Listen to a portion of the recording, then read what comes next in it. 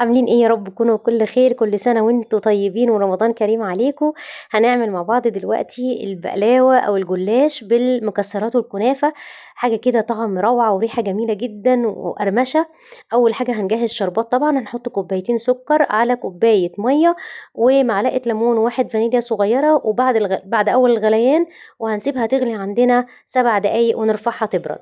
هنجيب بقى ايه كنافة حوالي مثلا ربع كيلو، وهنبدأ في السمنة كده على النار بعد ما نكون فرمناها في الكبة رفيع يعني صغير جدا، وهنبدأ نحمصها لحد ما تاخد معانا اللون الذهبي الفاتح مش الغامق. ومعايا بقى كمية من السوداني مجروش خشن وكمية من الزبدة مسيحاها عشان أبدأ أشتغل، وطبعا لفة جلاش.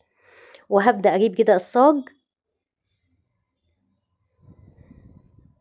وهنطلع كده نص اللفة. يعني هحط عندي نص لفة الجلاش ورقة وهدهن وورقة وهدهن زي ما انتوا شايفين كده. وطبعا هندهن بكمية كويسة. احنا ممكن هنصفي الزبدة دي بعد كده لما تستوي معانا مفيش مشكلة. وهنخلط بقى السوداني مع الكنافة، وهنبدأ نفرد كويس جدا ونسكنهم في مكانهم وياخدوا مننا ضغطة حلوة. وهنزل عليهم كده ب3 4 معالق من الشربات، مش اللي احنا عاملينه، الكميه اللي احنا عاملينها مخلينها هنسقي بيها في الاخر. ده بيبقى موجود عندنا متاح يعني متوفر في رمضان كتير ان شاء الله. بنبقى عاملين كذا حاجه وحاطينه في التلاجة. وهبدأ أكمل كمية الجلاش بنفس الطريقة، وأتني الأطراف كده لجوه زي ما احنا شايفين عشان أقفل على الحشو وأنزلها بإيدي. وهفضل كده لحد ما أخلص الكمية كلها، وأقوم مقطعاها. طبعا اللي خلوا بالكم البقلاوة بتقطع مقاسات صغيرة مش كبيرة زي ما احنا شايفين كده، وأكون دهنة الوش زبدة كويس قوي.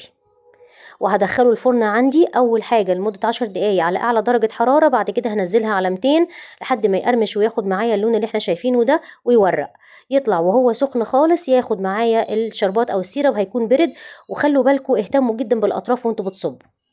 هنسيبه، بص هو ما شاء الله بدأ يتشرب، وهنسيبه بقى يتشرب خالص. وبعد كده هنعيد تاني على التقطيع اللي احنا عاملينه ونقدمه.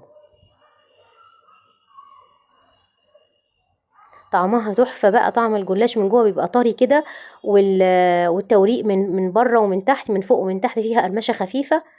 هتعجبكم جدا، جربوها. وممكن طبعا تغيروا الحشو زي ما انتوا عايزين. يعني ممكن جدا السوداني نخليه فستق، نخليه بندق، نخليه مكسرات مشكلة، ممكن زبيب مع جوز هند، زي ما تحبوا. جربوها وقولوا لي رأيكم.